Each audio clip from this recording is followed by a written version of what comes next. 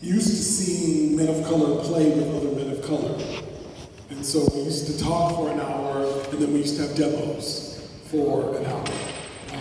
I think we've moved kind of past that, luckily, and so we're just going to do the talk. We have a panel of great people embracing our legacy as people of color in another community, and also as moving into a memorial for my late partner, William Hall. He loved to party, and he loved music. And so we're going to start this off with music. And we want everyone to get up and dance for a bit, for about a half hour, meet, greet people, and then we will get into the panel. And we'll introduce the panel. And so that's what we're here for. We're here to get acquainted with one another, we're here to party with one another, we're here to experience one another in something that we love to do. And so my church DJ, as I'm an ordained pastor, my church DJ, which we do house church and other forms of church and all those types of things, put together a house mix, heavily Shaka Khan, which was Bill's favorite. We know that we will be dancing tonight at the place. Baseline. Thank you. At Baseline, the ONYX dance is in its 28th year. And it is the first dance party that was here for an outside organization at IML. And it was where? In this room. This is where the ONYX dance party started, so it's even deja vu bringing everything back. We ran down to the lobby, Eric knows. We had a DJ, we ran down to the lobby to grab people out of the lobby and said, come up here and dance with us for a few minutes. And a tradition was born. So I thank you.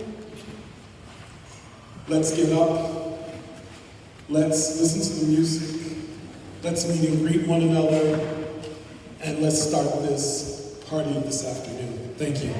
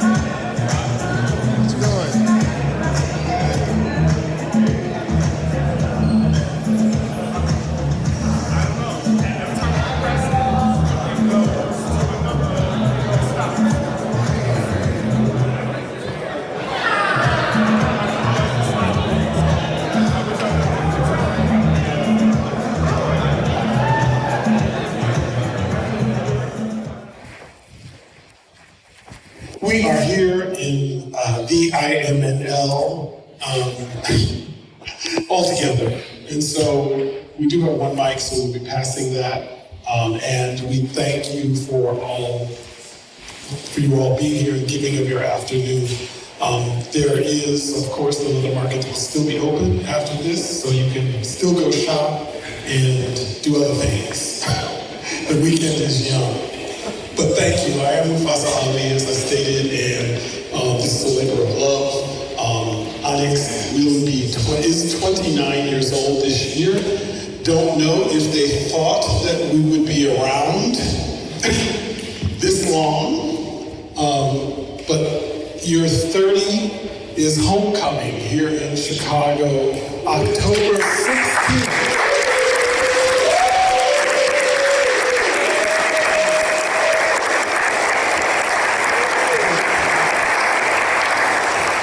October 16th through the 20th. So please plan accordingly.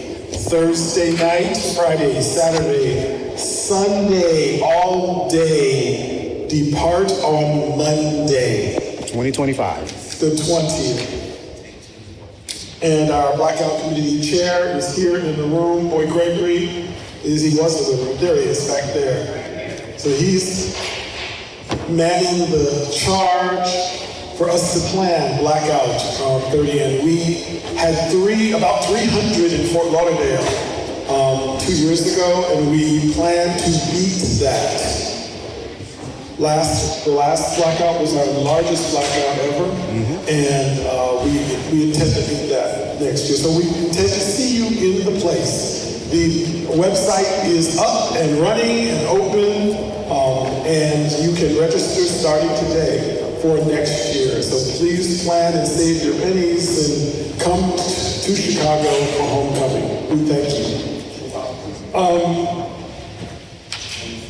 Embracing our legacy is the topic today. And embracing our legacy as people of color in the Leather community and those that support us. My panelists today are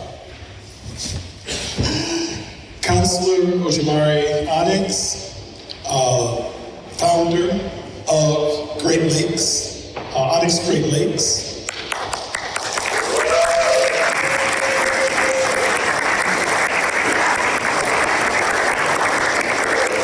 And just recently also Mr. Classic Leather 2024.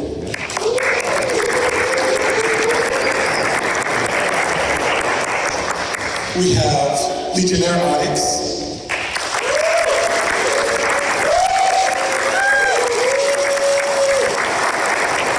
Who is currently the treasurer of ONYX Midwest, but has held many positions throughout the years and is our second oldest pledge in ONYX, period.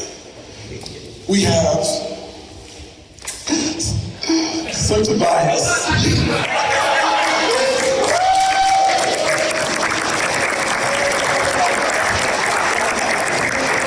Okay, we got Tebias.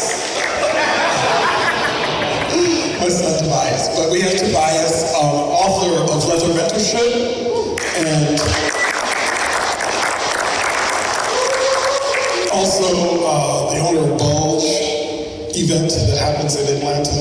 And so we welcome him. He's been all around the world this year talking about mentorship and is continuing. And he has books here today if you'd like one of the Leather Mentorship books. Trell has them over here. So you can see him if you'd like to purchase one of the books. And he's here to sign it for you if you desire. All the way from Atlanta. Thank you. We have Papa Shango.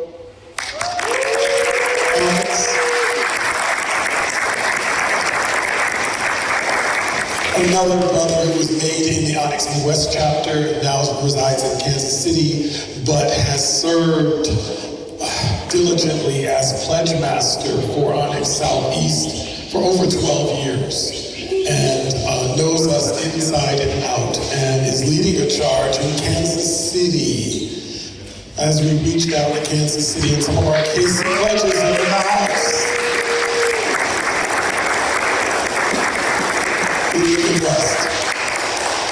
We also have legendary ONYX, one of our newer members.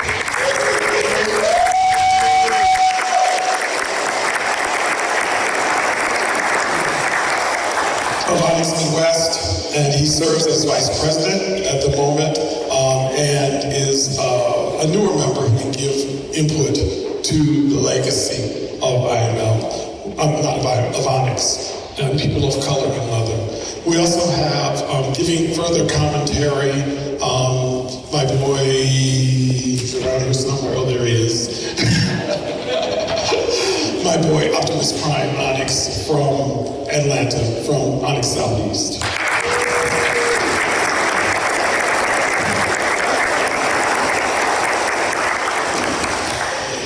As people of color, we are many things. And that's good. We are many, many things. We're spiritual, we're sexual, we're primal, we're mothers, fathers, sisters, brothers, as people of color. And we've come together as people of color to make sure that we can find each other and that we support one another. They often ask, why is ONYX still growing? Doesn't a village grow? When you produce more children and you mentor more children, that's something that people of color have lived with. You know, at church you got aunts and uncles that are no blood relation to you, but can discipline you and pull you by the ear or other things.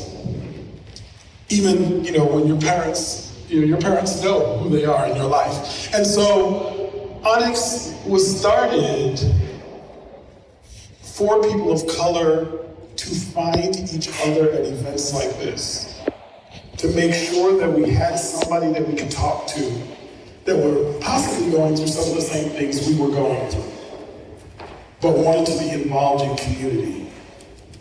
So what do? If you can't join the other people at the other table, you build your own table.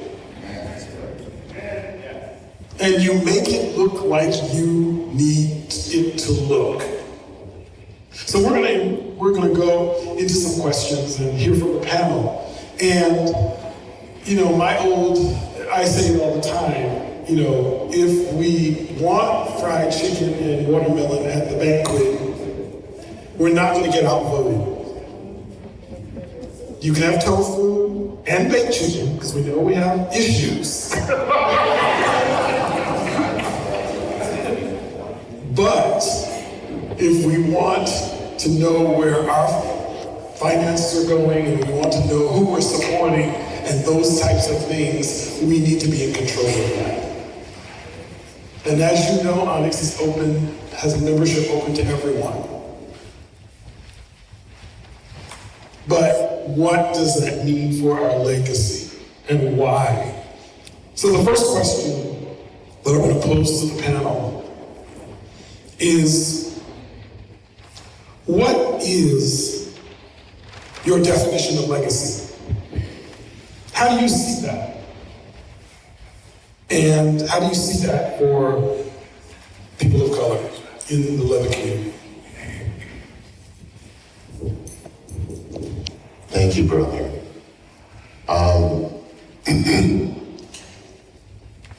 That was a very challenging question that was first sent to me because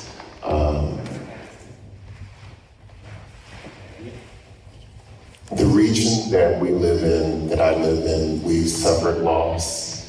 One of those losses being Jerome Littlejohn, who is also known as Sister Rachel. One of the probably most well-known Black sisters in perpetual indulgence. And before I can answer that question of myself, because he and Bill, I should say, were templates for me, and being able to answer that question as best as I could, the one thing that I can say about legacy is how those people made you feel when you were in their presence. And when 50 people have the same story, when 100 people have the same story, when 200 people have the same story, I don't even know if legacy is even the greatest word that you could call that, but a gift to all of us. When it is something that is common amongst many people and it's beautiful, to me that is a legacy. It's a little bit hard for me because I've contained it very well, but those are people that I wish were still here. But it's also the template that I try to live by. Is the old saying is that, I'm of the view of, if you leave a positive feeling, people don't remember you more than the mediocrity that you've left with them. And anybody that knows me, and in my contact with them, that engagement is from here. And even in the moments where it's very difficult for me to do, and there are a lot of those moments, this being one of them, I still do so. Because there is a legacy of service and giving that we have, that the people that I mentioned had. And I have learned to receive that feedback and grace in how I treated those people that are there. I'm sorry, it's a little, and it's been a long time coming, but this is necessary. This was not the moment that I wanted to come, but it was expected. But I tell you, the gift that Bill had left is the greatest legacy that I can think of all, is the amount of love and dignity that he carried with himself. And that in itself was the greatest teacher than most other people that taught me anything in my life. And it's a lesson a lot of us, for all of the hoopla and things that we put out, what do we leave with the people that are closest to us? You know how I feel. I've made it abundantly clear in my words and my feelings, so you know. And that's what I'm getting at. It's not that I told the world how I felt about you and how I supported you. It didn't matter. You knew. And how I treat you is how I've dealt with others. So it is this amazing thing of so many people sharing the same view of love for a particular person. That's a legacy beyond anything that I can think of.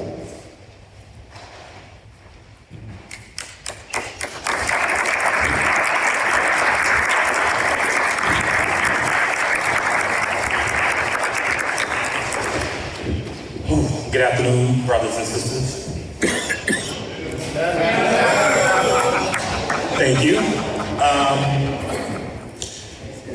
When I think about legacy, there are two words that are always first and foremost in my mind: influence and impact. Say it with me: influence and impact. And when I think about the word influence, I think about being that young leather-queerling, standing in the back of loading dock so many years ago, being the right, Jim? being the only brown face in the place, and not knowing how I was going to navigate this thing called leather. Because how I came into it was very, and I hate this word, but that's a different conversation, old guard versus new guard. But what I will say is that, coming into contact with ONYX was an important part of that journey, in that I didn't have to allow being that lone brown face to isolate me. It didn't have to isolate me from what I wanted to experience as a leather man. Didn't have to isolate me from other men of color. Didn't have to, isolate me in those goals and those things that I wanted to learn. And so when I think about influence, I think about those kind of things. And when I think about and talk about impact, what happens after you make those contacts with somebody? When you tell them about leather, when you tell them about ONYX, when you tell them that, kink and fetish ain't a white thing. When you tell them that we all do this shit, and that it's okay. There's a safe space for you to navigate that. And those are the people that somewhere down the road, when you're mentoring them, the impact is where my babies are. One of my babies is heading the Blackout Committee. One of my babies is sitting as vice president of the chapter. So that's impact. That's impact, because that influence and that mentorship And that and sharing of that wisdom allows those people, gives those people the strength to step up and step into new roles in supporting the organization. So again, you know, legacy for me are those two words. All right, thank you. Good afternoon, everyone. Hope everyone's doing good in this chilly little room. It's so nice. When I think of legacy, it takes me back to so many different levels of my journey. And though I'm no longer officially with the ONYX organization, I stand on the values that we are all one big community, whether or not we are part of the organization, whether or not we're part of the organization or other clubs or whatever. But when I say legacy, Uncle Bill just pops right in my head. So when we talk about legacy, it has to be intentional, right? So we talk about the values and traditions and things that are passed down. And you have to be an actionable spirit in order to pass down things intentionally. And legacy, you have to be so careful with it because some steps could be possibly missed where those people that are intended to absorb that level of your legacy could miss a step, so it has to be taught. You have to teach people what the legacy is in order for them to build upon what they want to do. So Uncle Joey talked about not saying the word old guard, but I stand slightly adjacent to that because we have to have a strong foundation in order to do what we want to do. By all means, I'm still struggling with pronouns, understanding certain new levels of the newer generation.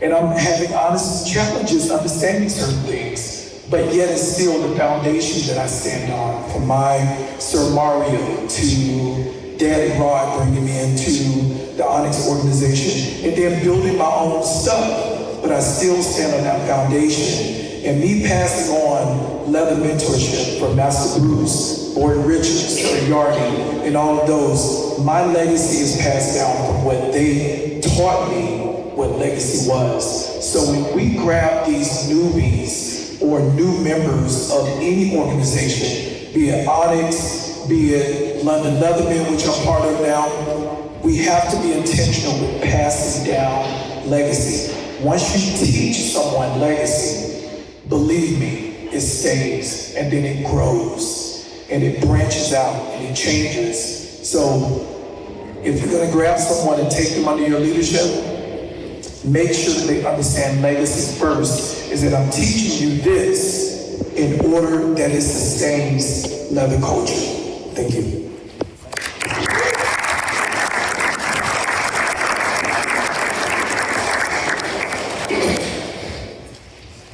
So legacy is the impact of a particular event or actions, and all of those things relate to who we are as ONYX.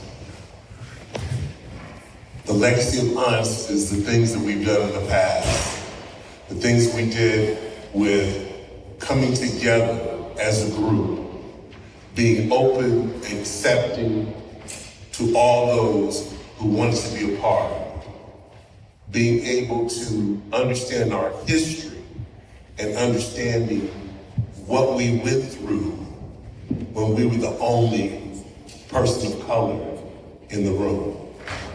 Understanding our being there and our actions meant something to someone. Legacy. Bill is part of my legacy. Mufasa brought me to ONYX, but Bill is the one who made me stay.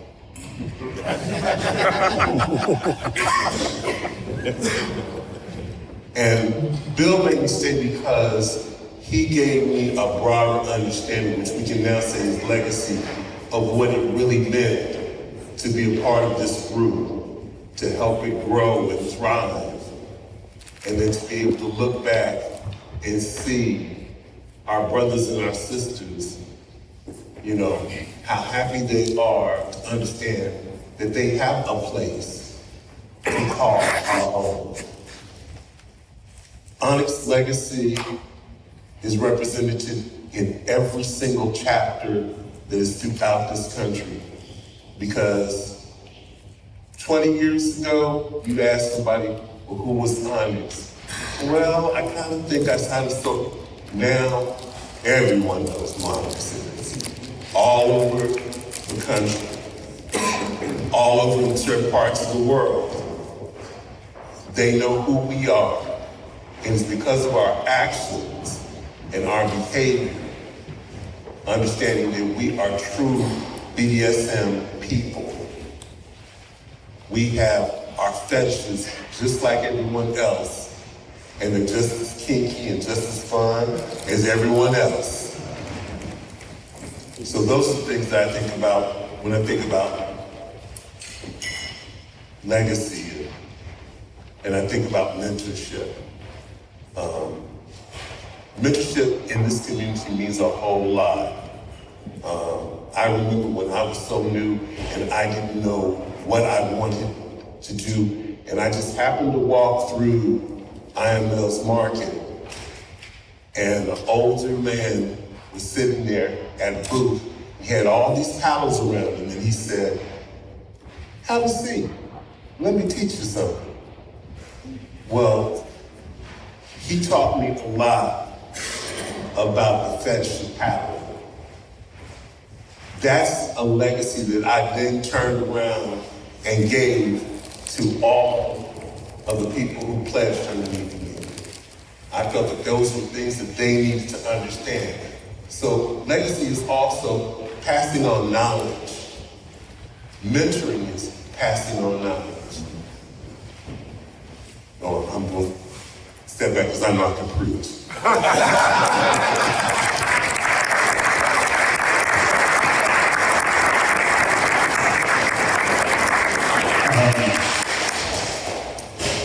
For me, I'm just a little church boy who, I remember my first IML.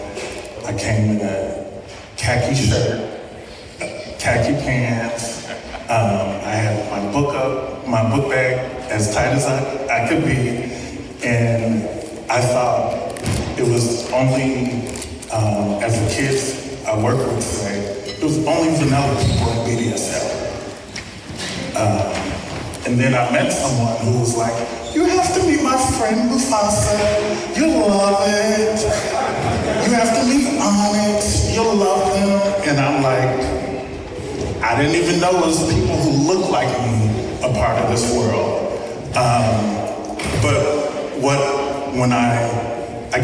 So again, I'm a church boy. When I think about legacy, I think about when it says in the Bible, I sat at the feet of the men. So when I think of legacy, you gotta sit at the feet of the elders, and you gotta learn. You gotta learn and intake it, and learn and really shut up and listen to what they're saying. Whether you agree or not, they've been here longer than you, so they know more than you know. And then you can build your own understanding. Also, one of the things that I've learned about legacy is just, you're not only building it from what your elders have taught you, but you're also building on those who come after you. They're watching, and they're listening to what you're saying. They're watching what you're doing. And so because someone is watching you, you have to always be prepared for the next. And that's what I think of about legacy.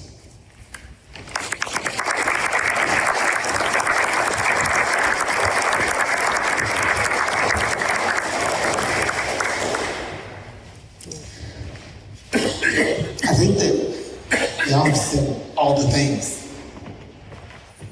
I feel like legacy is really covered But to hit on the points that strike my spirit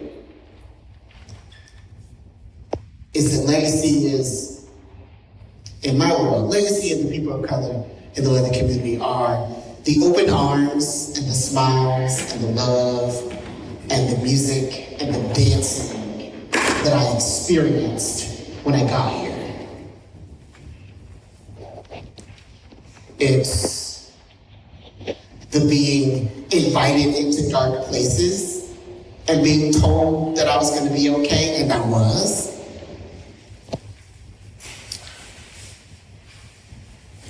It is acceptance and love. That's the legacy that I've experienced with ONYX and with the people of color in this leather community. What is beautiful about that legacy is that living in it, I now get to be a part of, and I have been a part of, expanding that for my experience specifically. And we all have our own experiences. So whatever that piece of beauty and acceptance and love that you're getting out of this beautiful legacy that we are, you get to expand whatever that piece is that strikes the chord for you and that you need. And I say that because I got to, so I can't really talk about you, I don't talk about me. I got to receive that and then let it blow up and expand in a way that I could go and do and be me, all of me. And just like my brother said, now whomever that might strike a chord with in the crowd, they get to grab it and then keep it going. Legacy is lasting. Legacy is long-suffering.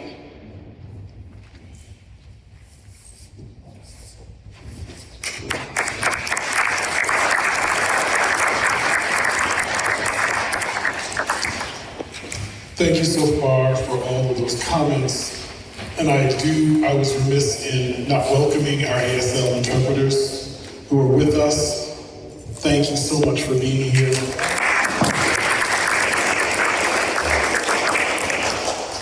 And we want to provide for everyone.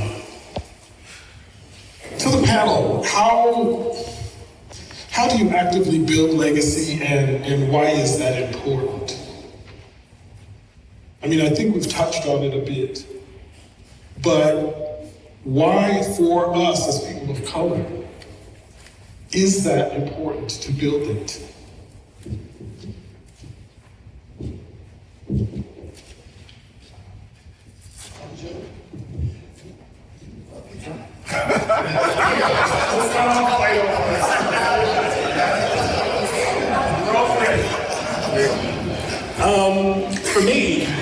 For me, actively building legacy means that,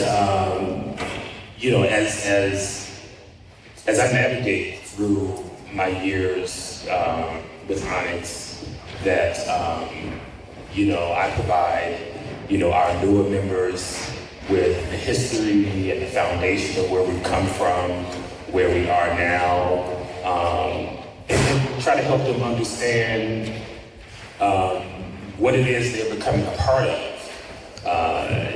Because at some point, those of us that are up here are going to want to have a seat. And when that happens, we want to know that there are people coming behind us that are ready to pick up the baton and keep this going. So that makes legacy vitally important. Because we want to always try to blend what was and marry it with what's coming. Because there are people that are coming behind us that we love, that we respect, that we want to see pick up that baton, that we see doing the work. So for me, that legacy is encouraging them to do that work, to be their best of themselves, just like that was provided to me. So yeah, that's what, when I think of legacy in that form and what I do to actively participate and give to that's what I do. Thank you, brother. I need to Tebias here. That's all I gotta say. These questions are hitting more of a chord than I thought they would before I came in here. So something fell upon me that I'm gonna share this right now. The question why is even bigger, and so why on earth would we even do this? Why at all? One of the most influential things that I saw was Tungsten Tide with Essex Nympho, which should be required viewing, to be very honest. And then Paris is Burning.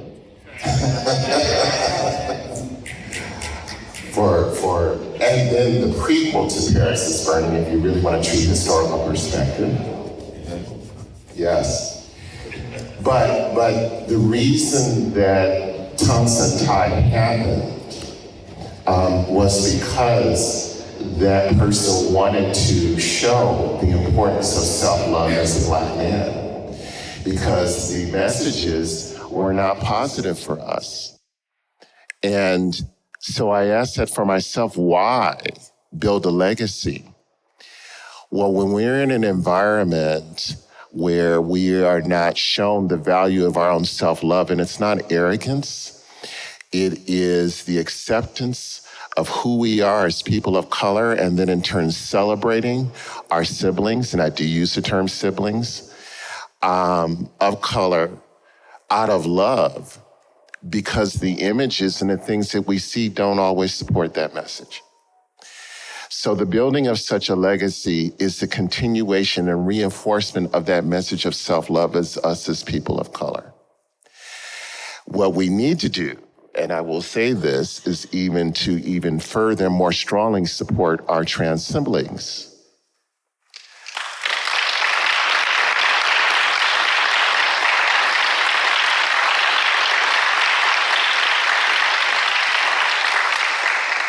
And as someone who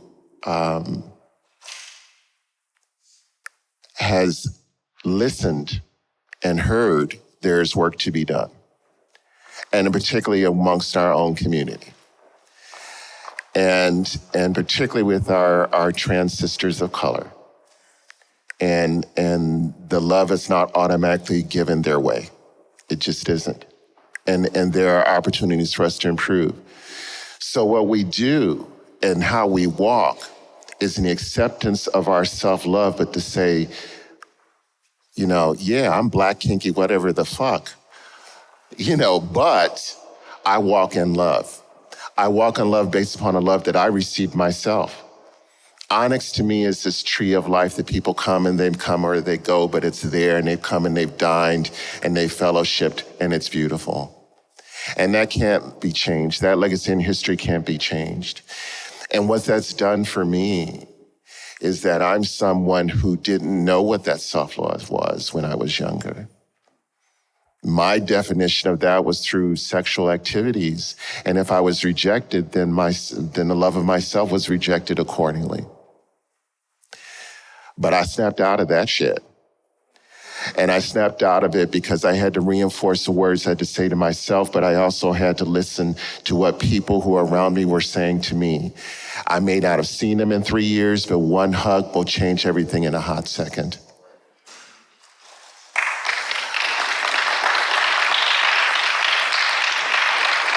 The people who don't say anything, but they know, and they come to you, changed everything for me. So it's us reinforcing our self-love as Black love, brown love, whatever you call it, it's all beautiful. So our younger generation is not seeing defeat under siege. What they're seeing is the legacy and the victory that is demonstrated in this room right now. Because a good portion of us were probably marked for death, physically, emotionally, by other people's words, and probably by our own. And yet here we are. Here we are, and look at this. It's wonderful. That is the legacy that we will continue. Our legacy of continuing to exist in spite of and because of. That is who we are. Thank you.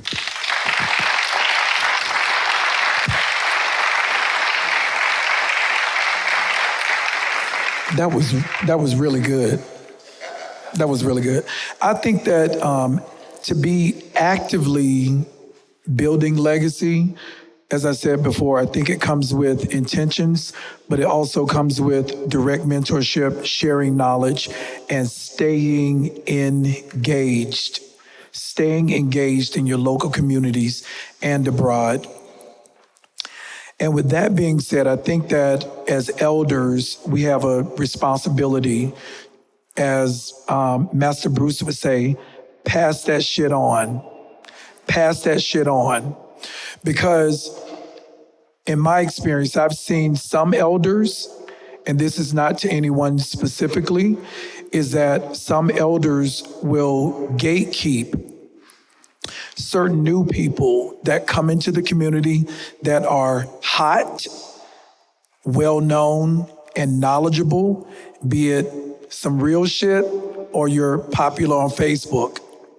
I've seen elders stand in the way of those people that want to come up through the ranks, and they're actively engaging in their local communities. But some elders will stand in the way in order to maintain their own relevancy. Give people space for all of us to be in that space together. Because when I'm gone, I want Jaguar ONYX, I want Buddha, I want Stefan from London to be able to teach my class, consent, yes, no, maybe.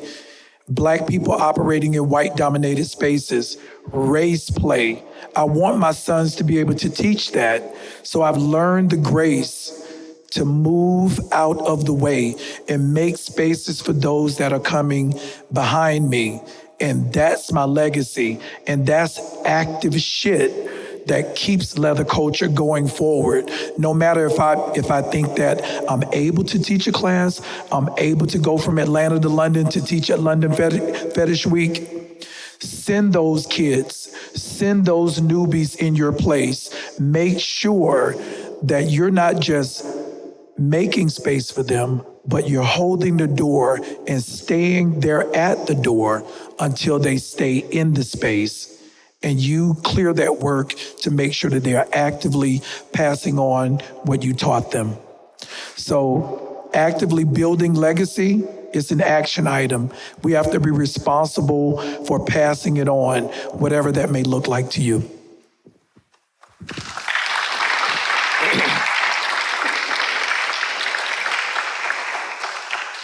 Building legacy is that old saying, each one teach one.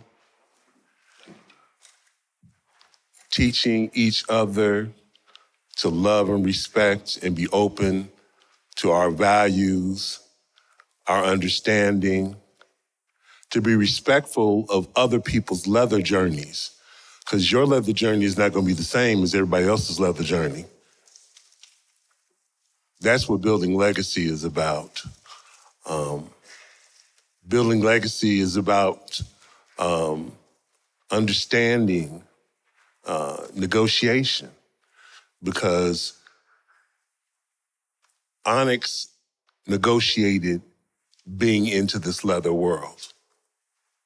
And when we said what we wanted and what we needed, the rest of the leather world had to accept that negotiation.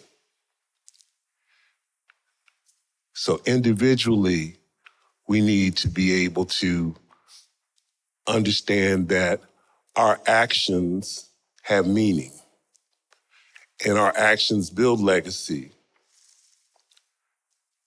And the last thing I think I'm going to say is that speak up. Don't be silent. Don't be quiet. When you see someone talking about the old guard and the new guard, speak up. Embrace who you are and don't let anyone else tell you that you're less than.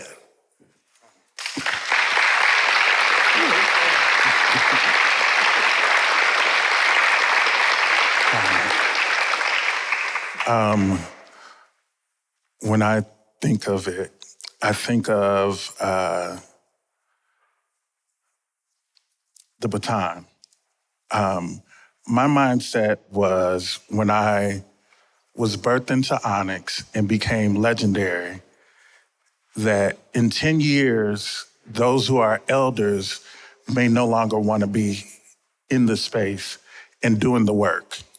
They might want to just sit down and tell me, move that from there to there, and I need to be ready to do that.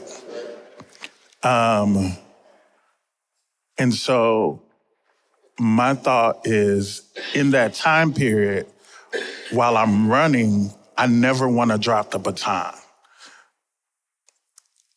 Because what happens when the elders are gone and I've dropped the baton so someone else can't run because the race has been disqualified? There are people after me who want to run the same race, but they don't have the tools if I don't do the work.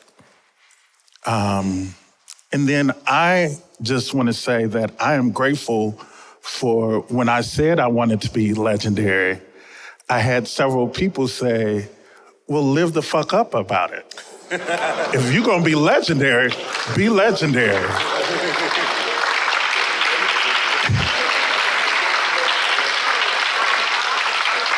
And so the other thing I think about legacy, if you're gonna be a part of an organization, if you're gonna be a part of people that carry a name, then you need to live up to the name. Don't just say you are a part of something and you're not living up to what the name means.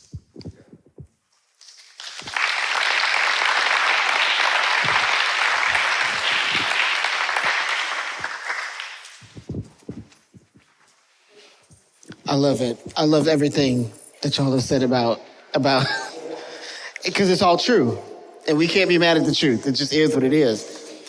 In the spirit of it is what it is, I want to name something really complicated about everything that you said.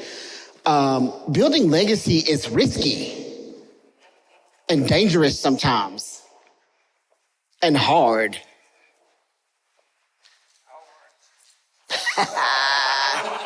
How hard you need it to be. No. See, that's why I don't need a microphone. So what does it take? And why is it important? I mean, what does it take? It takes courage. Or acting like you have courage. Right? My man said, fake it till you make it. Yeah, voodoo, right? Sometimes. And that's okay. And that's how some of us do it. And look at what we've gotten from sometimes that being what we had to do. So, I mean, that's it.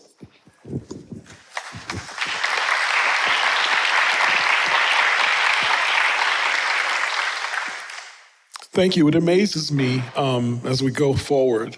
Thank you, panel, for being so deep, because you will hear spirit, you will hear a lot of things coming from us, because that's who we are. We cannot separate that.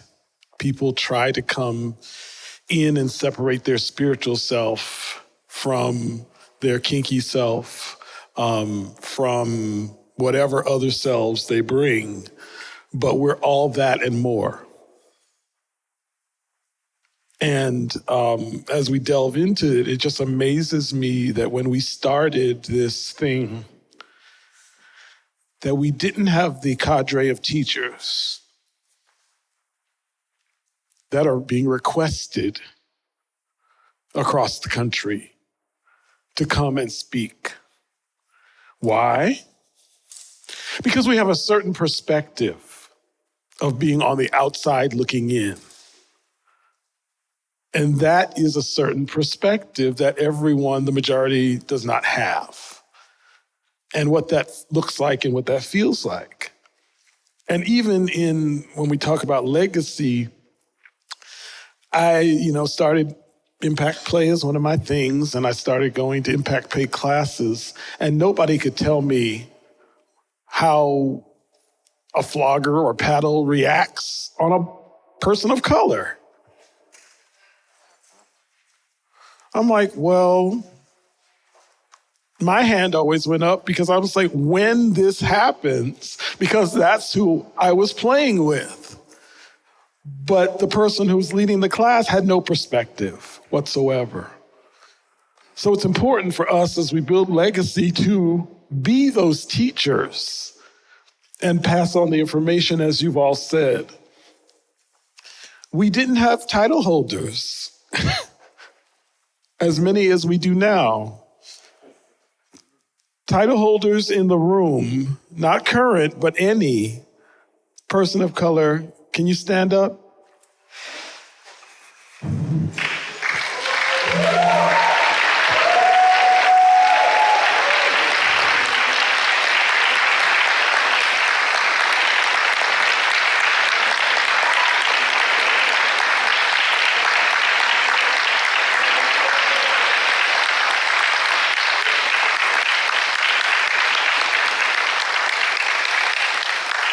And we do want to recognize folks in our current IML class. Leatherman of Color is here. Who else? Are there any other current in the current IML class here? Stand up, please. IML class 46.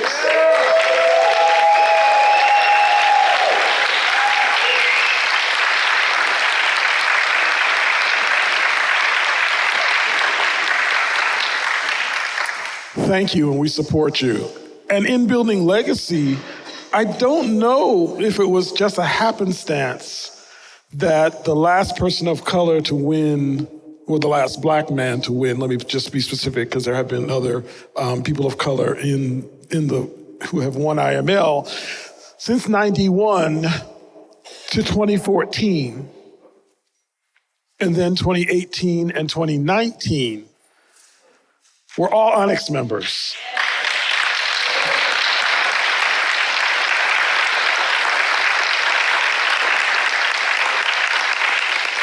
It took a long time for that legacy to transcend, but I applaud everyone who has stepped on the stage and risked it.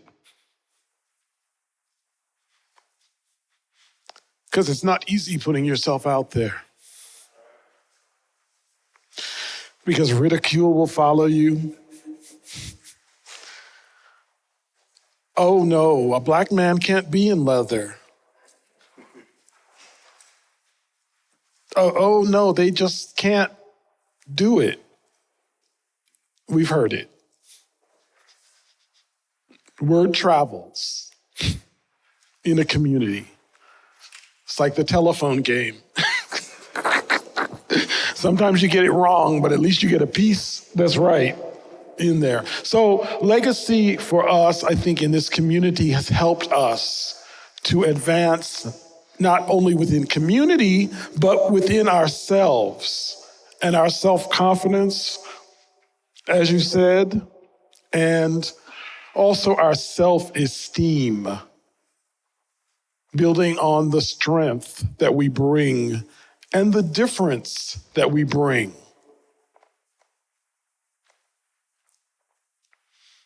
It was interesting that someone who I played with before, and I'm going to go to the next question, and they just said this to me the other night. We were out on Wednesday night, and they also grew up in church. And I'm a Kojic boy. I'm a Pentecostal till the day I die. Open and affirming, but I'm a Pentecostal, tambourine beating, Pentecostal. And he said to me that he had experienced Impact Play a year before at IML, and for the first time. ever. And he's, I think, 40, about 40. And so he said he experienced it and wanted to experience it more, but then we had met and he had found out that was one of my fetishes, and he asked me, could he experience it with me? And I said, sure, we can talk about it, we can set it up, we can do it. Excuse me. He did not know that his experience was not just a sexual one, but an intensely spiritual one that almost sent him into speaking in tongues.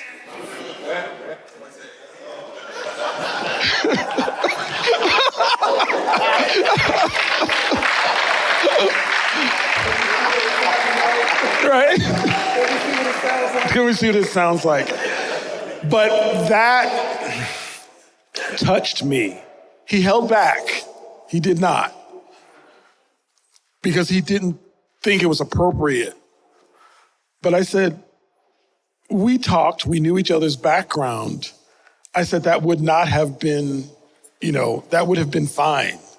That would not have scared me because we knew who each other was.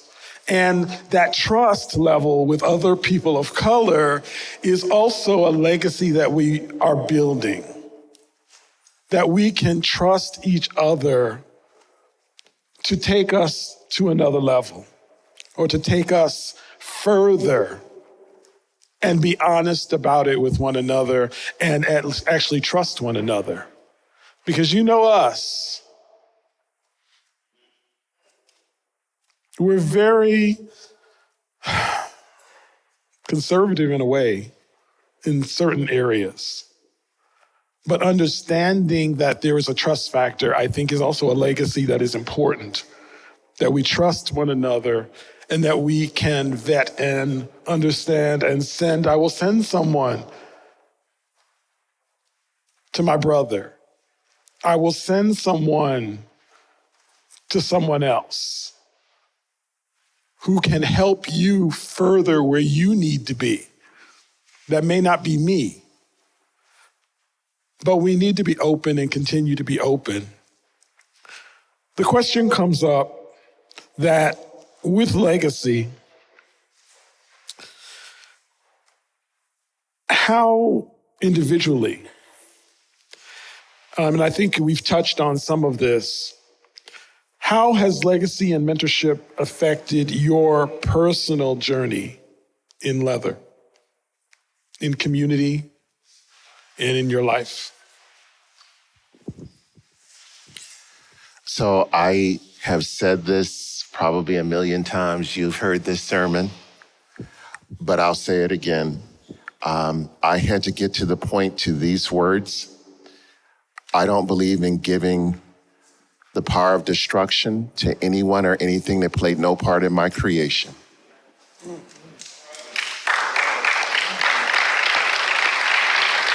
So, the journey that must be taken, know who or what created you. And you may not know that at 16, at 19, at 21. I'm going to be 59 this year, and I feel every inch of it.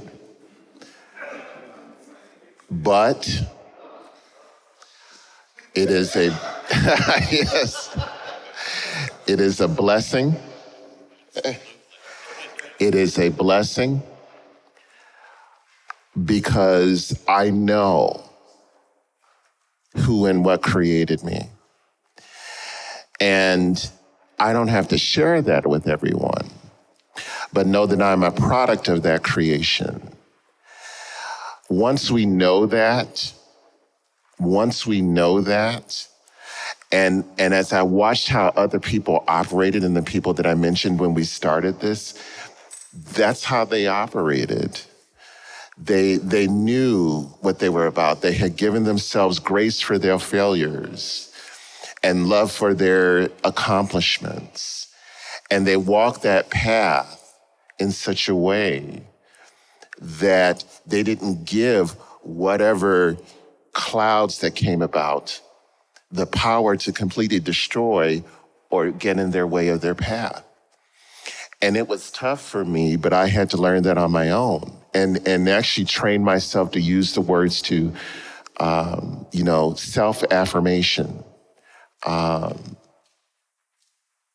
which when people tell me that they love me, in the past I would be so humble, I would say, eh. But now I accept it fully because why can't I deserve it? It is interesting and amazing how we, particularly sometimes as people of color, that we have been trained to make ourselves invisible. And what I had to learn to do was to make myself visible to me. And then I'll know that I was successful because the people around me were either accepting of that or pissed.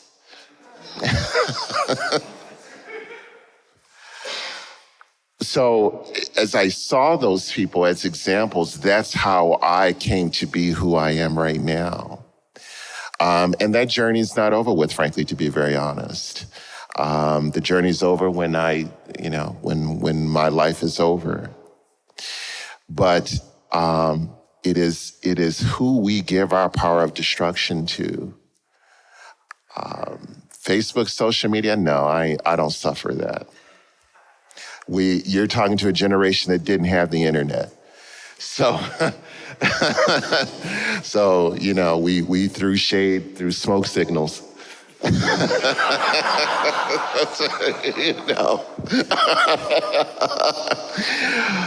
But once we get to that, I keep going back to that message of self-love and how we operate and how we build that legacy. I had to look at examples of other people that brought me to where I'm at right now. And it's a beautiful time. And I have to say this before I move that on, what this also does for me in terms of this legacy is that when my mind is harder to open to myself, it's open to others. There's a connection between the right self-love that opens you up to empathy to others. When I mentioned trans siblings, I meant it. Our Asian, and Asia is not a country, it's a continent. Thank you very much.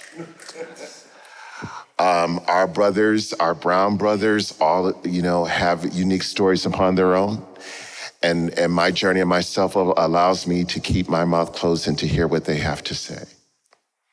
Because I give them what I wanted to be given to me, which was just somebody to listen and to hear. And if that is the one thing in my own legacy that someone says of me, then that's wonderful. That's wonderful. And that's what we should all be while we still can.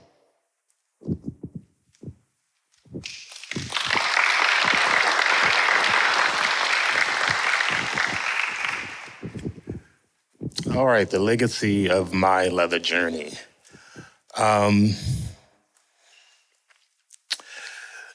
Legacy has affected my leather journey in the sense that when I first started to venture into all this, I wasn't even living in America at the time. I was in Germany.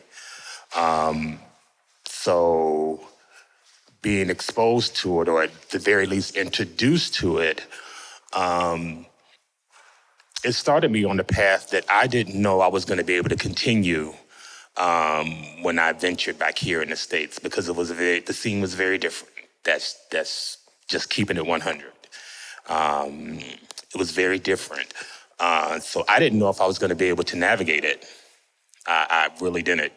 And I had no idea what that was going to look like. But upon discovering people that looked like me and discovering ONYX, that's created avenues for me to take my life in places that I never thought they would go. That second year of volunteering for IML was so impactful for me because I had just become a member of ONYX. And my big brother was standing on an IML stage.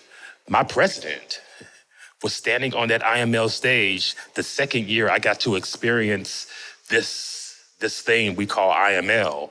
So in that spirit, I could not have that weekend go by and me not say something, not express that. So yeah, that year, what was it? Well, I can't think it now. The name of the magazine escapes me. Black Lines. I submitted something to Black Lines, had no idea if they were gonna print it. You know, it just never occurred to me.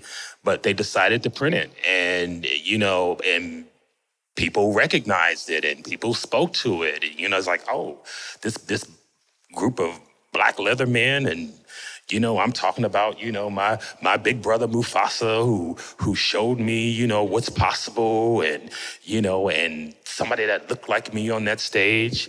That set a path for me that allowed me to hold 2 leather titles. That set a path for me that allowed me to compete in 2 national contests, not just local contests.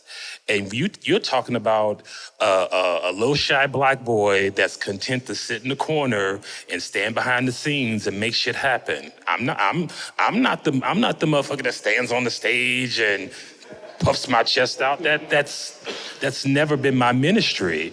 But there are people out there that showed me that, yes, all that's important, but that's not all you are. That's not all you are.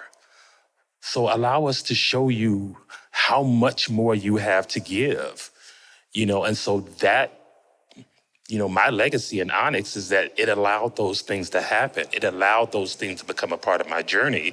So my responsibility is to make sure anybody that comes behind me that wants to do any of those things, you have a system of support that will help you get there if that's what you really want. I never thought that I would be a part of my own leather family, but I am. I built my own leather family, something I never thought would happen in my lifetime. And I've done that, and they're here supporting me today. I have a space now where Blackout 20, my brother surprised me and created what's now called the Legionnaire Award.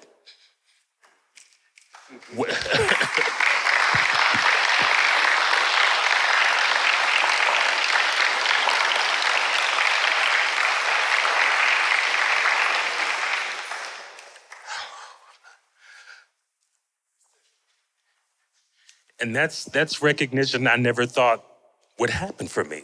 Thank you.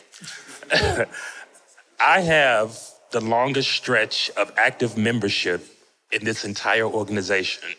28 years, never took a break. Never occurred to me to take a break. And that's not discounting our founders. They took a break because they were creating a family. They were raising their children. So it was our responsibility to keep this shit going. And so that's what I did. It never occurred to me not to be here. And if I can pass on that wisdom and that strength to the next generation of Kingsters and Leathermen, then I stand fulfilled. So if you think I have wisdom to offer so that you can be here and do this shit for as long as I have, let's have a conversation. Let's have a conversation.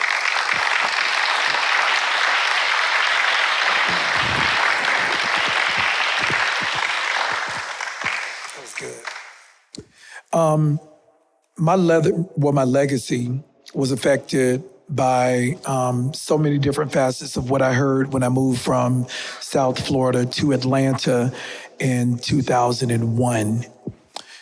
And the first thing I heard was educate, empower, and explore. Educate, empower, and explore. And I saw this black woman with huge boobs, the biggest that I've ever seen. the biggest that I've ever seen, and she had nails that were curling over and over and over, like overlapping each other. And back then I was very shy. I was crazy shy. And Rodney brought me up to her, and I said, well, who are you? She said, and if you guys know Atlanta, Georgia, Bulldogs is the staple of the South. It is the blackest of the blackest bar that you could ever go to in Atlanta. So she said, I am the first black person to ever go into Bulldogs in 1985 when it was an all-white leather bar. And I said, wow, the irony in that how much ironic could it be that this bar that I go to is one of the blackest bars, used to be an all-white leather bar. And this woman with these huge boobs was the first person of color to ever go in this bar. And they used to enter the back door with 2 knocks to get in, and they let her in. If that's not legacy, I don't know what is. And then she continued to tell me about Mama Vi and Jill Carter and the Ron Moores that won IML in 1984. And then Jill Carter that won IML in 1986. 96, 95. And then Papa Mufasa. And then the Papa Mufasas who ran for IML in 1997. And then here I come in 2014 to compete myself to be on that stage. And it literally changed my life. And when the curtains closed and everyone packed up their shit and we went back to Atlanta, I was like, I know I placed in the top 20, but where? And it was number 9. It was number 9. And that number has stayed in my brain for so long. I started to write Leather Mentorship in the 9th month of last year. I launched the book on the 9th day of the month last year. And now here I am, not quite 1 year with this book that's been crazy successful. And I'm thinking, who's gonna read my shit and read my experiences of Leather Mentorship? But that is a legacy that started from meeting Lady D and people like Papa Mufasa and Daddy Rod. We have to foster and nurture these relationships, and we have to be careful with them too. And we have to validate each other every single chance we get. And there are gonna be skin folks that are not kin folks. I'm gonna say that one more time. There are gonna be skin folks that are not fucking kin folks. And y'all know what I mean, but we have to love them and validate them regardless. Because when they see us, they want to see the divide and infiltrate that divide. We have to be intentional with validating each other in order to maintain our legacy. And we each have a social responsibility, like Mama used to say, to act right in public. Thank you.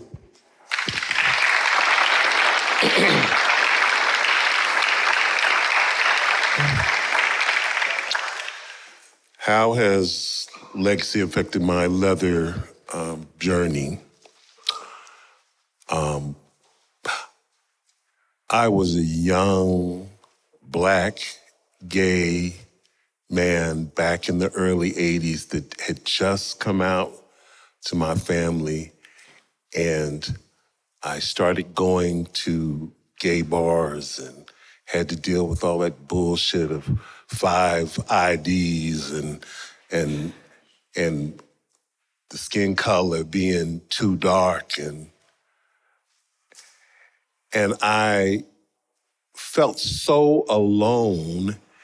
And even though I was in the gay community, I wasn't in the gay community. And then I found my tribe. And I found people who had the predilections that I had, that no one else had, that I couldn't tell my regular gay friends that, oh, you know, I'm into sucking toes and nipples and I happened to be in Atlanta and I saw this fine black leather man named Ron Carter. And I walked up to him and I was curious. And he sat there and he talked to me and he encouraged me and said that there was a place in this world for me. And then I knew that I wasn't alone anymore. That if I continued to reach out, I would meet and see people who look like me, act like me, want to be me. And so leather just continued to grow in my life.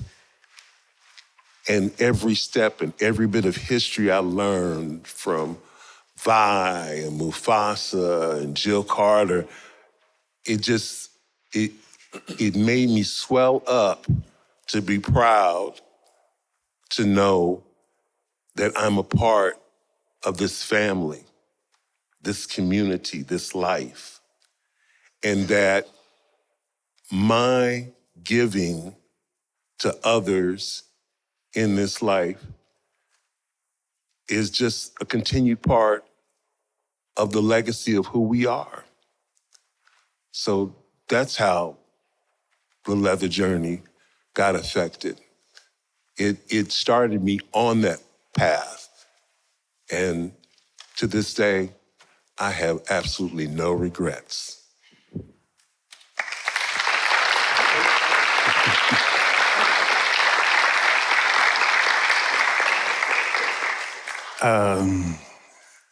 For me, when I think of legacy in my leather journey, I think of a couple of things. The first was my very first IML I came to. I went to the suite and I saw Derek Otter being flogged by Dominion and him going into Headspace. And I was like, ooh, I want what he's having. And that was the day I knew I was a bottom.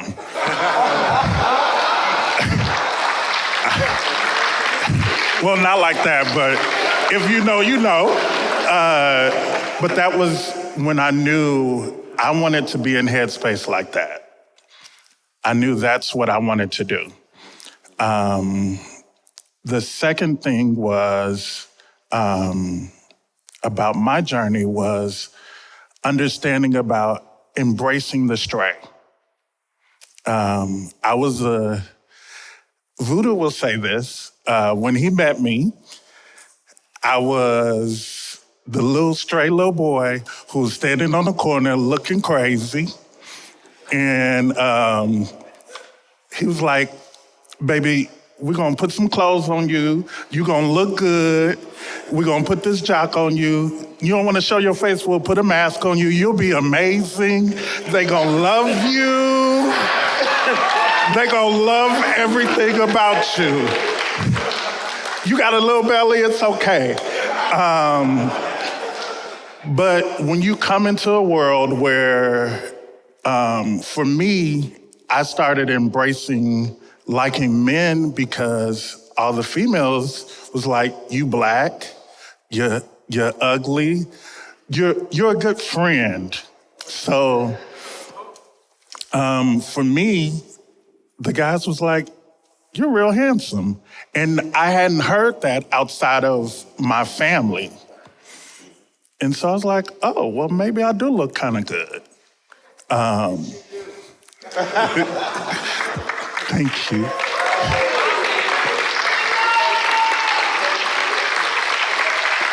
But for me, when I think of my people, and not just members of ONYX, but my people, I felt love, and I felt embracing, and I felt like I was okay when the world told me I wasn't okay, and the world told others that they weren't okay.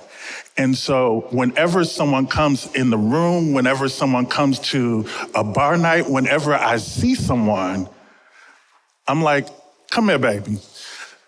You'll be all right. We ain't gonna bite you unless you ask for it. Consent is sexy. You'll be all right. Come on, you need a drink? Look, I don't drink a whole lot because then other people come around. But let me get you a drink because there's someone who is there who needs embracing, someone who needs love when others didn't show them love. And that's what the leather community did for me. And it gave me strength. It made me feel taller, and it made me feel like I was important. And it made me feel like someone else will be important. And it made me feel like I will survive, that 20, 30, 50 years down the line, someone will say, I remember when Legionnaire said this to me.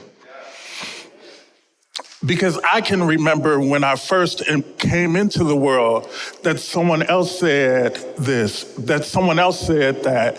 And there are so many people in this world, even if there are people, even on this stage, who they don't understand just by giving me a hug, just by saying hello. When I didn't feel like I was enough, you made me feel like I was enough.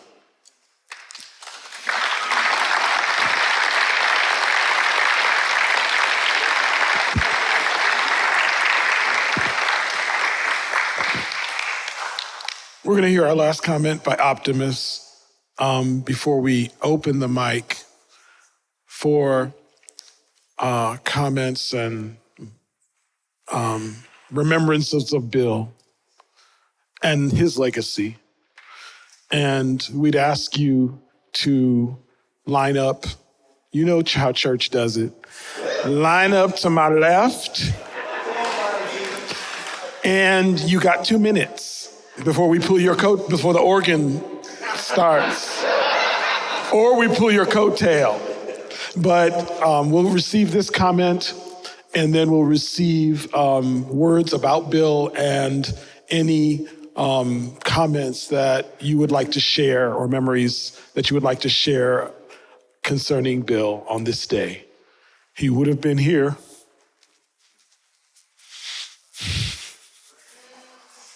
If he could. And he wanted to so bad.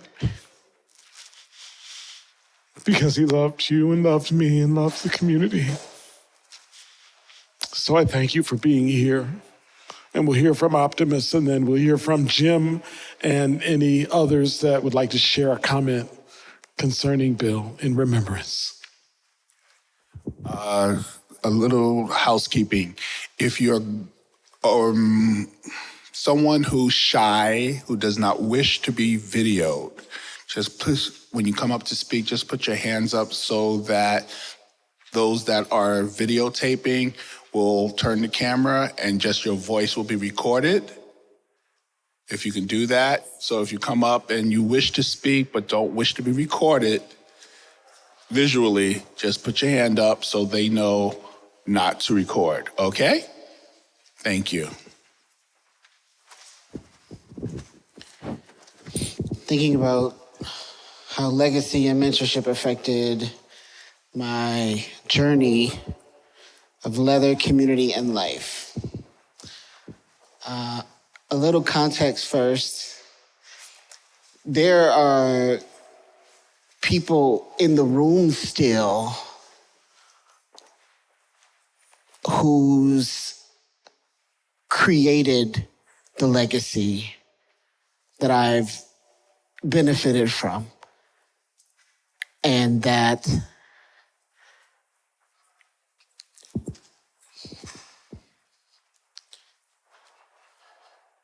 I think that that's beautiful,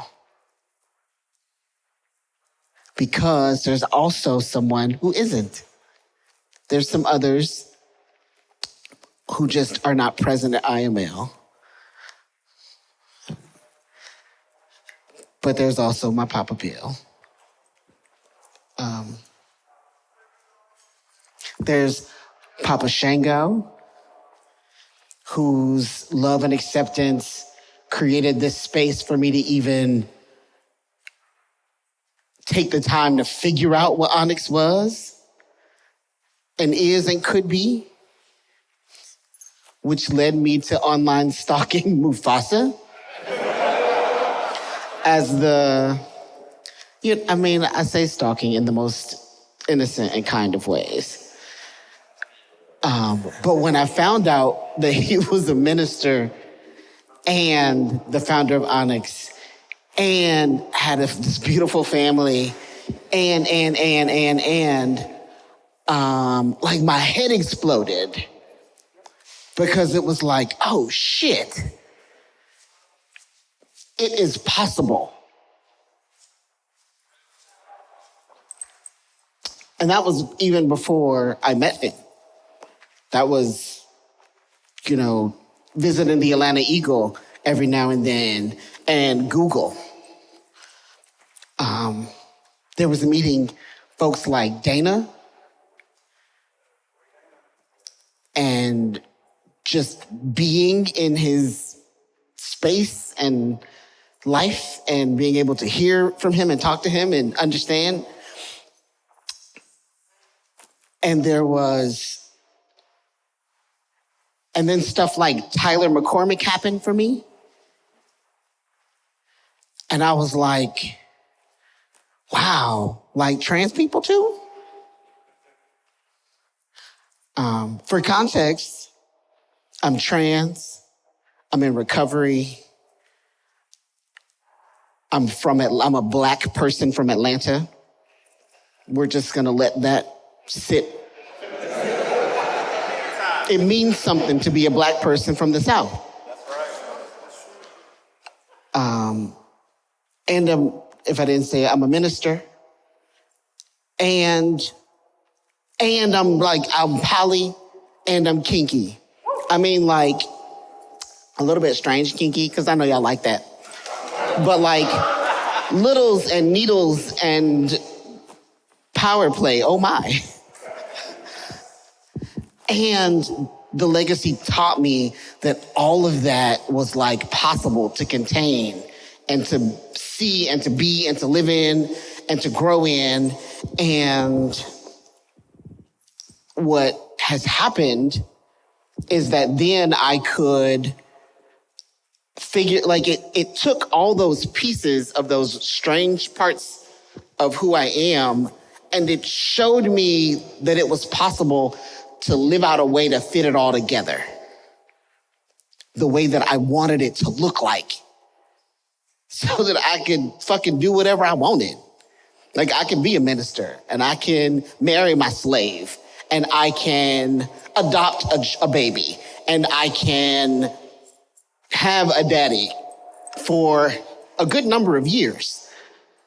And all of these things at the same time are fucking possible. Like, just imagine what else is possible. And then I can stand on an IML stage, and then I can teach classes in Atlanta and the surrounding areas in Georgia, or as a title holder in other states all over the Southeast. Oh shit, so much can be possible. That's what the mentorship, and that's what the legacy gave to me. So And I have to mention, because we're going into this space anyway, like formal mentorship, yeah, I have a daddy. And yeah, I have big brothers. And yeah, I have a pledge master.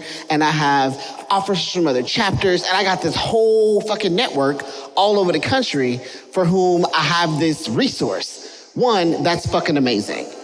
Then there's spaces like the hallway at IML, where it's just people that you've met, or you fucked, or you wanted to, or you saw being beaten in the leather market, or you whatever, right? And then you get to connect with those people. And for me, sometimes it was at the end of the night, because Bill was tired and wanted to go back to the hotel room, that you would or I got to just lay in the bed, bring him food, and then lay in the bed, and while he ate, just talk about life and about leather and about what it was like and how that's different than what it's like now.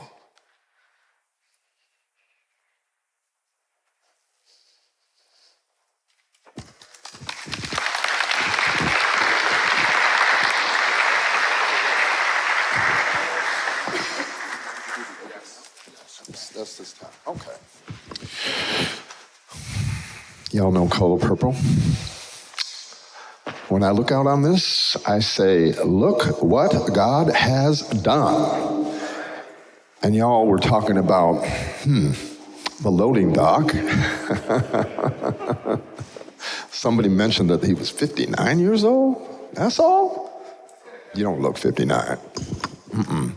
I come from a land, the land behind seatbelts, the time before seatbelts. And in fact, I come from a time before ONYX, before Kevin, right?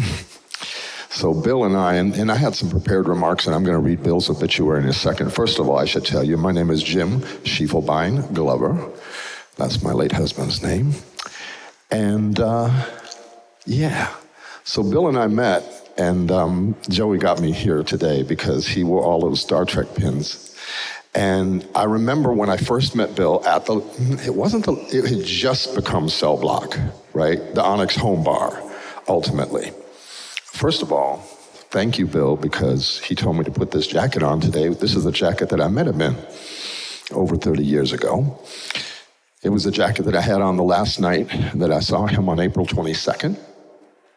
When he passed. He was one of my oldest and dearest friends. He was my brother. He was my comrade. And we were united at the intersection of Star Trek and sex. So what I would say about Bill, in my unprepared remark, is Bill was a Starfleet officer. Bill, you always saw him with his comm badge, right? You saw him with that Star Trek comm badge. And what that represented to Bill was the finest aspect of Starfleet, which is a value that Bill always embraced and I have always felt from ONYX. And that is does anyone know IDIC? Infinite diversity and infinite combinations, right? Infinite diversity and infinite combinations. It's a Vulcan ideal, but it was absolutely Bill's ideal. And I'll tell you, meeting Kevin, well, actually, I will tell you, Bill was the only person that my husband ever was jealous of until he met Kevin, Mufasa. And then it was like bam, we were just suddenly family. So that's how that's been ever since. So just an amazing person. Bill and I served on the Names Project board, the AIDS Memorial Quilt, and did a lot of things that way. So I've been given the privilege to read Bill's obituary from the GoFundMe page, and so I will do that here. William Bill Hall, who was 61 years old, transitioned April 22nd, 2024. As you may be aware, Bill had been suffering with many health issues stemming mainly from rheumatoid arthritis over the past several years, which had made daily activity for him very difficult. He was diagnosed at 17 and has lived his entire life with this debilitating autoimmune condition, having his first joint replacement surgery at 19 and brain surgery at the age of 54, among many operations. He was left with no option but to step down from working a job that he loved as an assistant state's attorney. Mufasa had been Bill's full-time caregiver. Bill was strong and tenacious as he fought bravely against rheumatoid arthritis for numerous years with a never-ending smile. Throughout his journey, he endured countless rounds of medications, steroids, and spent extensive time in hospitals in recent years. Bill's rheumatoid arthritis, had eventually affected his lungs. A University of Illinois and Georgetown Law alum, Hoya Saxa, Bill was a member of the legal community for 30 plus years as a public defender, administrative law judge, and assistant state's attorney. He was an advocate and warrior for a just and equitable legal system. He also served numerous years on the boards of Chicago Lesbian and Gay Bar Association and the Illinois Legal Advisory Board. As a member of the leather community for 25 plus years, he served ONYX Chicago Midwest well in many capacities and mentioned many throughout the ONYX family, who affectionately referred to him as Uncle Bill. He often could be seen right at Mufasa's side, and often, and this is absolutely true, referred to himself as the First Lady of ONYX. Bill is survived by his husband, Mufasa. 3 children, Carter, Christian, and Cameron, 2 sisters and 2 brothers, Mufasa's Pride family, the ONYX family, and a host of leather community family and friends, and Thor, their dog, the family companion. As we come to terms with Bill's loss, we are faced with the daunting task of covering the expenses associated with his passing. Funeral costs, memorial arrangements, medical expenses, and many unforeseen expenses on his family and loved ones during this already difficult time. You know, Bill touched the lives of many with his infectious laughter, unwavering kindness, and boundless love. Now is our opportunity to come together as a community and honor Bill's memory by easing the financial strain on his family. So there is a GoFundMe set up, and for all of you who've already contributed, thank you. For those who have yet, anything you can do is appreciated at this time. I know Mufasa would appreciate it greatly. So I thank you all and for listening to all that. And as Bill would say, live long and prosper.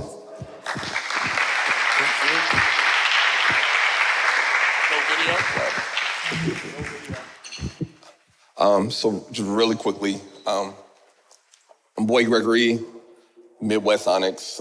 I crossed in, I think, 2004. I don't want to age myself, but 2004. Upon Bill's passing, I didn't have the opportunity to post on my Facebook page and tag him because I unfriended him. I unfriended him and Mufasa almost 15 years ago. I'll tell y'all why. I posted something that Bill did not like. Bill had communicated to Mufasa, and it got back to me, and I was like, I'm unfriending both of them. I was too young for that. I crossed ONYX when I was 21 years old. I pledged when I was 21 years old. If I was older, if I was more mature, and if I was wiser, I would have received all of that. And I would have understood, like, yeah, that wasn't right, Gregory. That shit wasn't right. You should have deleted it. I loved Bill. I could never drink with him. Although I love to drink, I would never have been able to. If I was a little bit more mature, I would have been able to receive what he has sent to me and what he was saying to me. That, you know, there are things like, I wasn't diplomatic back then. I'm far more diplomatic today than I was when I was 20-something years old. And I learned a lot from him and how to maneuver through this organization and through this world, because not everything needs to be, you made me mad, I need to say it. Some things are, you made me mad and we need to discuss it and we need to move through it. And while at 20-something years old, I did not appreciate that. At 40-something, 41, I far more appreciated. I learned a lot from that, but I also maneuver because of that. And so now, at 41, as a member of this organization, and what's it been, 20 years? I get it, because I'm gonna pull up on somebody younger than me and say, you need to delete that. Very much like him. Very much like, you shouldn't put that out there like that. There's different ways to do that. And I'm thankful now, and I've been thankful. Is that better? And I'm thankful more, and I'm thankful for everything that he taught me, this organization, and everything that he meant for this organization. I think when we were planning for Blackout, me and Mufasa was talking, I was like, I kind of want to, because Bill was the lawyer for the organization, and I'm like, he needs to look through the contract for the hotel for us. He's always been that person. And so again, thank you, and thank Bill for everything that he meant to this organization. So I love him. Yeah.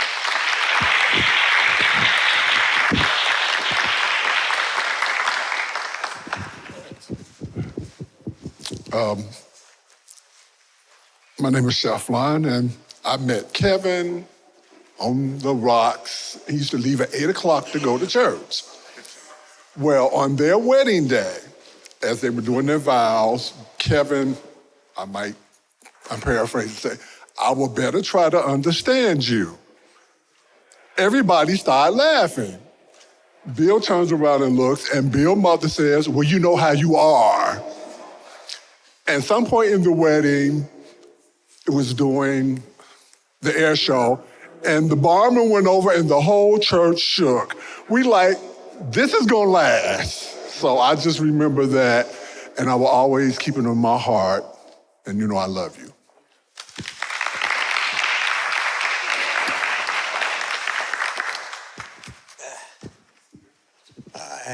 Hello, my name is Gene. I've been with ONYX for quite a while. Some people think that I'm like one of the originals. I am not. But I was, let's say this, I was eating a piece of the second anniversary cake when we were in the back of the cell block at that time. And David Boyer, I still have to give him a shot. When ONYX was formed, some people in the leather community did not want ONYX to exist. They felt it was a racist organization, and David Boyer stood by us. And eventually, ONYX came to be strong and stand on its own. And Bill was no small part of that. At times, Bill just mystified me in the way he would do things, but then he'd always grin with that smile that would kind of knock you out. And he'd go, yes? And you'd have to kind of listen to him. And at the oddest times, he and I would have conversations, and I learned more about leather and learned more about leather relationships. And for me, he learned a little about, I had a previous relationship and I had children. And when we first met, Mufasa and he did not have children. And isn't it weird for two gay leather men to be talking about your kids' homework? Because that's what, because it was a new thing and I didn't have anybody else I could talk to. And then I did. So I just want to say that I will miss him terribly. I also remember that wedding, one of three, by the way, they had, because I was at the church when the planes were going over and things were shaking. Then I saw a picture in a periodical. They were up in Canada and they got married again. Then I heard they had another wedding. I'm like, how many times you guys need to do this? But Bill has always been very straightforward. He's always helped whenever you ask for any questions. And I did have to ask him for some legal help once before. And I miss him terribly. Obviously not as much as Mufasa and the kids and the family, but I was really privileged to meet him and spend time with him. Thank you.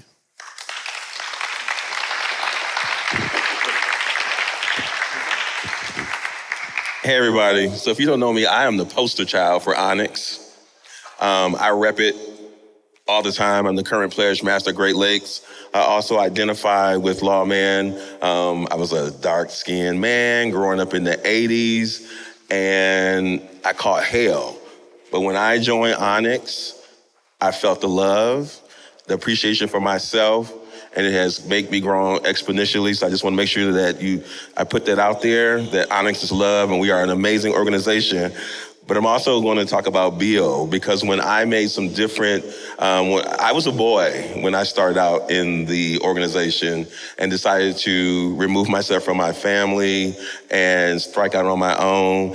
And Bill was very supportive. When I did that, actually, he bought me a drink at Minjo's. And I just want to say I'm going to miss him, because every time I saw him, we had one little thing that we always did, and that was a kiss on the forehead. So I will never forget him. Love you, Mufasa.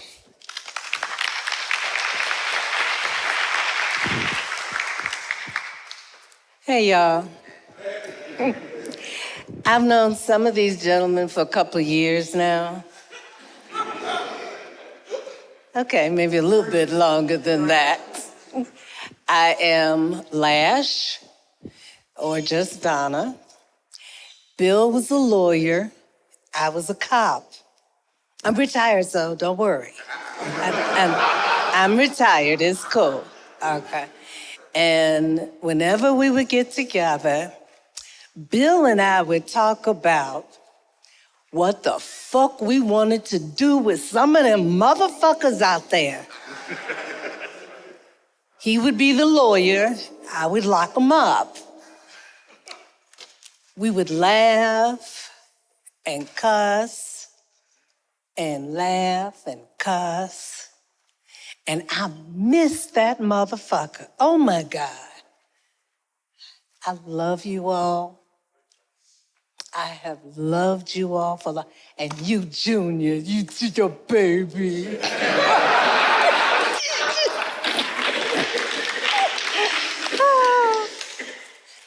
I remember when you was, you were so shy. I love you, I miss you. I love you motherfuckers like nobody's business. So much. Thank you so much. Could you sign motherfucker? How do you sign motherfucker? You could do.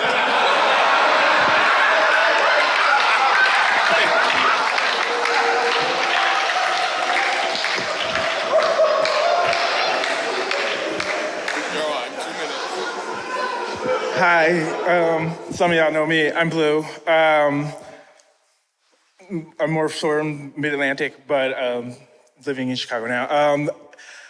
I want to thank y'all. Some of y'all know what I do. Mufasa definitely does. Like, I'm a Black queer historian, and like y'all creating this space on this weekend. Like, this is Black Pride weekend. Like, the origins of Black Pride, and y'all being the space for Black Pride in the leather community and the more marginalized, the secondary community and the gay community. It's,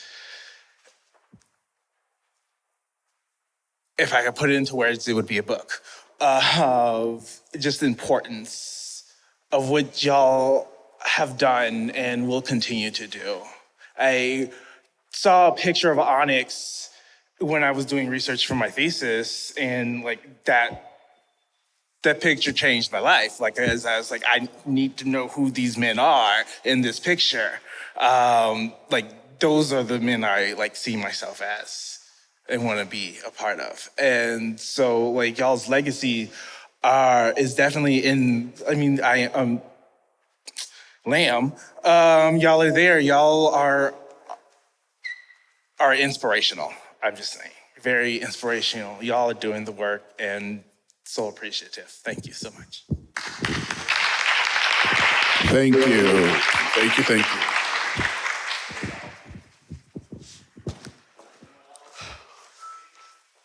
Are there any last words from the panel? Thank you so much for being with me. Well, one, I definitely want to thank all of you who came here to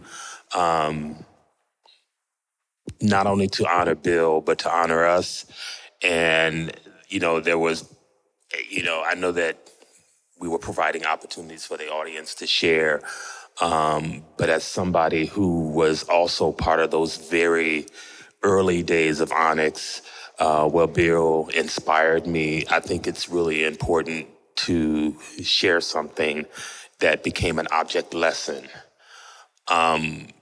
Because when I came into ONYX, I was in something of a relationship, and that relationship ended, and that individual introduced me to ONYX. So navigating through the organization after that breakup was going to be a challenge. I just didn't know how I was going to do it. And Bill pulled me aside, and I will quote exactly what he said. He said, "Bitch, don't you let any motherfucker interfere with your path in life. If this is what you want to do, then this is what you do." And those that know Bill can testify that that's exactly what he said. So when I talk about what my legacy of ONYX has been, that was the beginning of that journey, because I kept walking forward and never looked back. And as Jim and I talked about, we further bonded through our love of Star Trek, through our love of Shaka Khan, through our love of Basha. I actually surprised Bill, because Bill was the big brother I always wanted.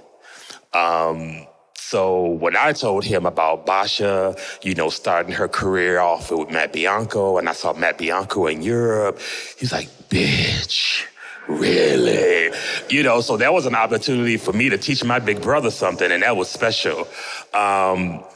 But I wanted to keep this brief and not as emotional as it's been for most of this day, but I did want to stand up and let everybody see the vest that I put together to honor him and inspire him, because we both were Trekkies.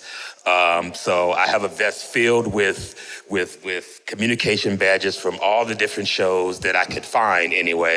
So I just wanted to make sure that as we honor Bill, that you all see this. This is how I wanted to honor him. And in the words of Romulan, because he was known as Romulan ONYX, I can't do it with this hand, Jolan True. Not just live long and prosper, but Jolan True, which means good journey. It also means hello, but in this respect, good journey, because we want Bill's journey into the next plane of existence to be a good one.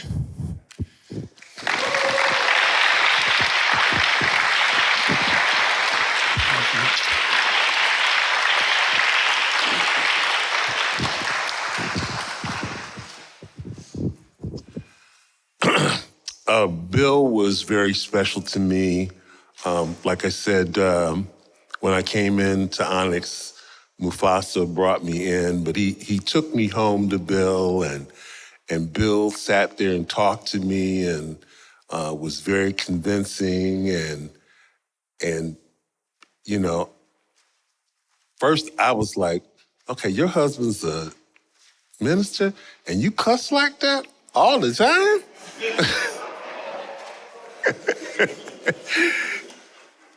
And then I remember one of the things that was most impactful was me and Bill had these wonderful conversations. I was over at the house. We had these wonderful conversations and everything. And Bill said, "Let's go out." And I was like, "Oh, yeah." And Mufasa was behind him, shaking his head, going like, "No, no." And I was like, "Well, yeah." Well, that's when I learned about how Bill could drink. And anyone in ONYX who dared to go drink with Bill learned a harsh lesson, because that little man could fuck up some drink, okay? And be perfectly, I remember we went to 4 bars. The first bar, he had 2 Long Island iced teas and 2 beers. The next bar, he had another Long Island iced tea and then had 2 hard liquors. I was like, okay. And I had been on my 3rd one. I said, I can't do this. I cannot do this. And we went to the 4th bar, and he ordered another Long Island iced tea. And I said, Bill, I'm gonna take a cab home, okay? And then the ONYX brothers told me, we told you not to go drink with him. But you know, in drinking with Bill, you gained a fellowship because he was always gonna make sure that you were okay. You know, he was so caring and he was always there for us. And he always was able to look at the bright side of life. We both shared the fact that we had chronic illnesses and we were there for each other. So Mufasa, you know, I love you. I loved Bill. I love the family. It was hard. So I'm glad we're here honoring him.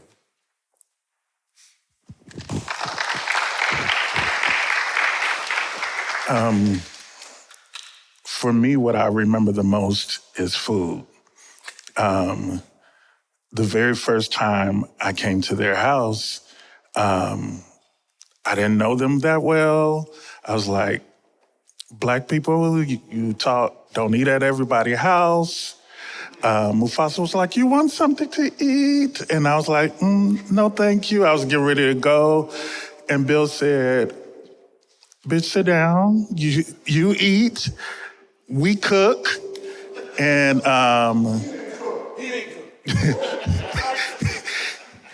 that's what he meant by we. But just rewind, I never knew I would ever be able to be connected with them. I grew up very religious, and a close friend of mine, she worked in the state's attorney office, and she told me about this gay couple that worked there, and the guy was nice, but he cussed a lot, and I never thought those worlds would connect. Fast forward about a year or so ago, Mufasa and Bill came to my house and ate at my table. And I just appreciate, people who allow me to do what they've done for me. Number 2, I appreciate Bill's confidence. I remember conversation, he said, I am that bitch. And that's one of the things that I will always miss.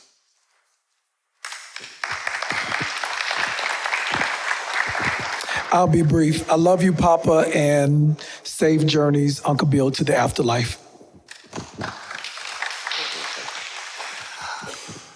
I'll try to be brief. I know, Bill and I share this great love of Shaka Khan, and I would like that name said 10 times before the evening is over with. Shaka, Shaka, Shaka, Shaka, Shaka. But Bill was a supporter of mine, and I don't know what he saw in me, but I accepted it, and he just embraced me, and that's something that stays in my heart because I sometimes I still at my age question why, but I accept the answer is just because I'm worthy of it, and he made me worthy of it. But there's something that he did. This is something I've said long ago, and it's an old church saying that we don't always look like all that we've been through. But what I add to that is that then therefore we can choose to walk in accordance of our trauma, or we can choose to walk in accordance of our demonstrated resilience. as demonstrated by the fact that we rise another day. And each day with him was a demonstration of his resilience. That is the walk that he chose in accordance. That's the legacy I want to leave. That's the type of person that I will be, am, soon to be, who knows. But that is who he was, and I want you to know that. And the amount of love that's sent in your way is in abundance, and we want you to know that as well.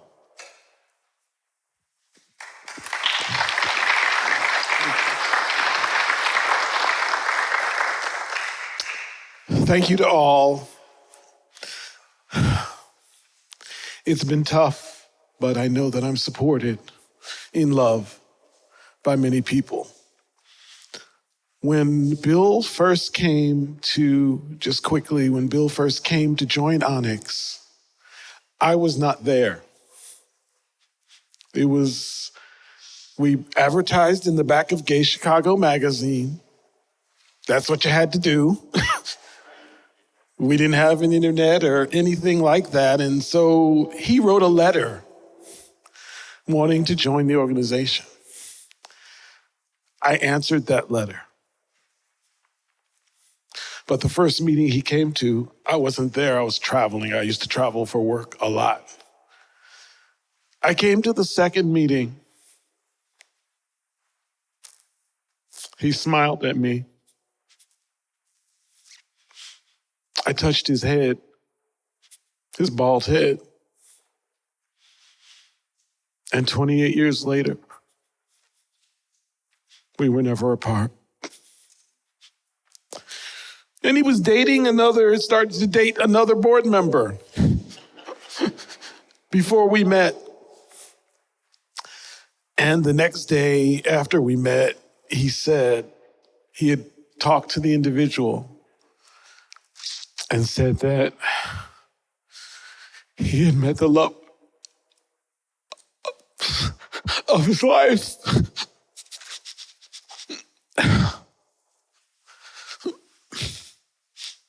And he truly was the love of my life.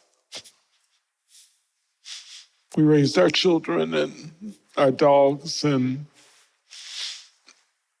we had a wonderful life together. So I don't regret that.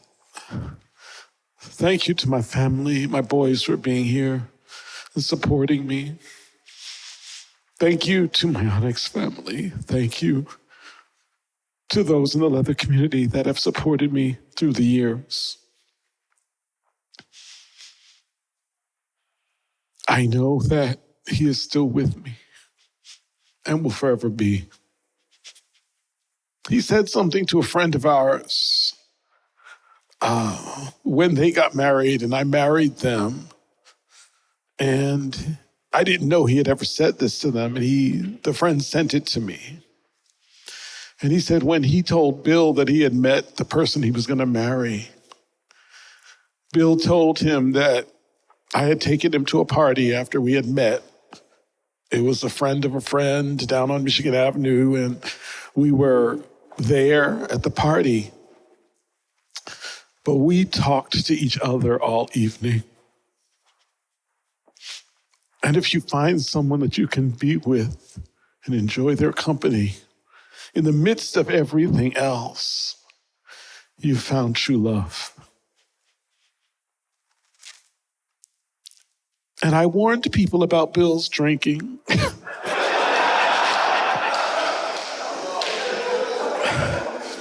They didn't listen, and they were usually rolling on the floor. But I told them, I told you so. But he loved good food, he loved my cooking, he loved family, he loved friends, he loved when we hosted the family because we were the only people in the family who had children.